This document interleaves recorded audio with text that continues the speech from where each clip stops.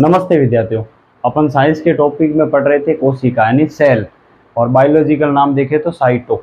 और मैं अपन एक बार जितना अभी तक पढ़ा उतना शॉर्ट रिवीजन कर लेते हैं 2 मिनट में, फिर अपन ये पढ़ेंगे। तो पहले अपन कहते हैं भाई देखो कोशिका, कोशिका मतलब सेल, और बायोलॉजिकल नाम देखे तो साइटो। विज्ञान की वह शाखा जिसके अंदर कोशिका का अध्ययन किया जाता है उसे साइटोलॉजी कहते हैं। अब अपन ने पढ़ा था कि कोशिका मौलिक इकाई होती है, छोटी से छोटी इकाई होती है और शरीर का निर्माण करती है, तो इसको संरचनात्मक, और कार्य शरीर के सभी कार्य करती है तो इसको क्रियात्मक इकाई भी माना गया है।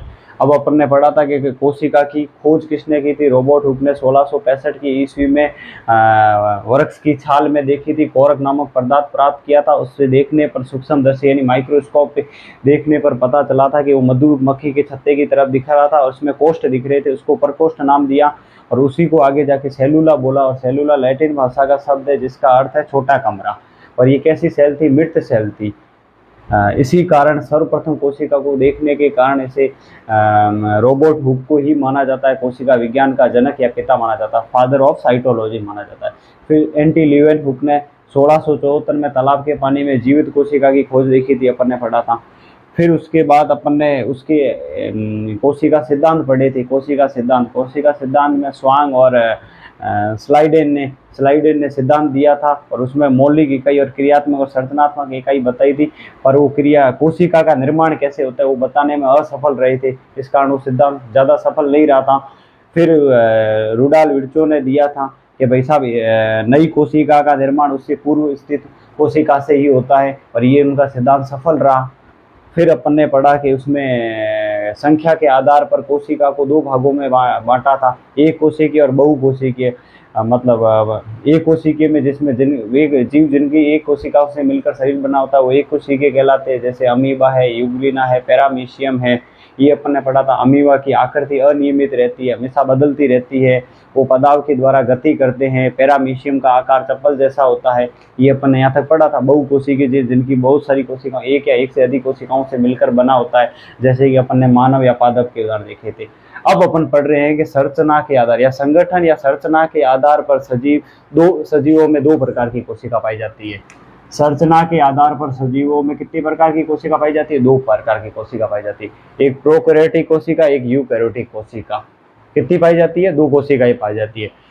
विकास के दौरान सजीवों में सबसे पहले इस कोशिका का निर्माण हुआ, इसीलिए इसे क्या कहते हैं? पुरानी कोशिका या आदिम कोशिका भी कहा जाता है?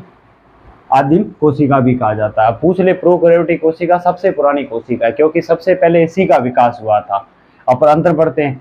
विकास के दौरान ये कोशिका बाद में निर्मित हुई, इसीलिए इसे नवीन प्रकार की कोशिका माना जाता है, यूकैरियोटिक कोशिका। अब आपको पूछ ले कि पुरानी कोशिका कौन सी है? प्रोकैरियोटिक। प से प को कनेक्ट कर दो, तो पुरानी कोशिका कौन सी है? प्रोकैरियोटिक कोशिका है। नवीन कोशिका कौन सी है? यूकैरियोटिक कोशिका है। अब देखो, इसमें मैंने आपको बताया था कि देखो इसमें कोशिका में केंद्र और अनुवांशिक पदार्थ में आवरण ना होने के कारण, देखो इसमें मैंने बताया था कोशिका में केंद्र या अनुवांशिक पदार्थ पाया जाता है, उसमें आवरण ना होने के कारण ये सारे केंद्र है ना स्पष्ट रूप से नहीं दिखाई देता है। तो इसमें केंद्र कैसा होता है? अस्पष्ट रूप से नजर आता है, बिखरा हुआ आता है। तो अब आपको पूछ ले कि प्रोकैरियोटिक में केंद्र कैसा मिलता है? अस्पष्ट मिलता है। क्यों? क्योंकि इनमें देखो अनुवांशिक पदार्थ का केंद्र पाए जाते हैं, उसमें आवरण ना होने के कारण। और इसमें देखो इस कोशिका में केंद्र व अनुवांशिक पदार्थ में झिल्ली पाई जाती है, जिसके कारण केंद्र कैसा? स्पष्ट दिखाई देता है। अब आपको पूछ ले कि स्पष्ट केंद्र किसमें दिखता है? यूकैरियोटिक में। और अस्पष्ट केंद्र किसमें दिखता है? प्रोकैरियोटिक में। मैंने कारण बता दिया, झिल्ली का ना होने के कारण अस्पष्ट दिखता है। अब तो जिन जीवों में ये कोशिका पाई जाती है उन देखो उन्हें क्या कहते हैं? प्रोकैरियोटिक कोशिका कहते हैं। प्रोकैरियोटिक कैसे कहते हैं? इसके उदाहरण कौन से? जीवाणु, बैक्टीरिया, नील हरी शैवाल या विषाणु को भी माना जाता है। और विषाणु को मैंने भी बताया था कि कोशिका सिद्धांत का अपवाद माना था, क्योंकि देखो वैसे तो ये निर्जीव अवस्था में पाया जाता है। कैसा? निर्जीव अवस्था में, इसमें जीव नहीं होता, लेकिन ये किसी भी जीव में या मानव में प्रवेश करने के बाद ये कैसा होता है? सजीव हो जाता है। सजीव हो जाता है। जैसे कोरोना वायरस वगैरह देखे थे, इसीलिए कहते हैं ये सजीव और निर्जीव की योजक कड़ी माना जाता है। क्या माना जाता है? योजक कड़ी माना जाता है। ये तो अपन ने पढ़ा था, योजक कड़ी माना जाता है। अब योजक कड़ी माना जाता है, तो यहाँ तक तो अपन ने पढ़ा। अब इसमें देखो ये ज्यादातर बड़े पादप या बड़े पादप या बड़े जंतु या कवक या प्रोटिस्टा में पाया जाता है, प्रोटिस्टा में पाया जाता है यूकैरियोटिक। यूकैरियोटिक के उदाहरण पूछे तो बड़े पादप है, बड़े जंतु है या कवक है, प्रोटिस्टा है।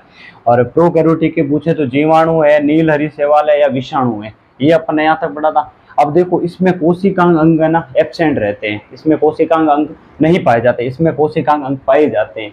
जैसे देखो लाइसोसोम है, राइबोसोम है, माइटोकॉन्ड्रिया है, अंतर्जालिका है और लवक है, ये सारे पाए जाते हैं। और देखो लवक तो ऐसे तो इसमें भी एक उदाहरण है कि लवक ये ज्यादातर प्लांट पादपों में पाया जाता है, पादपों में पाया जाता है, ये भी इसमें देखना। और बाकी सारे कोशिकांग पाए जाते हैं, इसमें एब्सेंट रहते हैं। अब देखो इसका इनमें जो पाए जाते हैं उन जीवाणुओं का आकार कितना होगा, 1 से 10 mm माइक्रोमीटर होता है, माइक्रोमीटर होता है। और इसमें पाए जाने वाले उनका आकार कितना होगा, 5 से 100 माइक्रोमीटर तक होता है।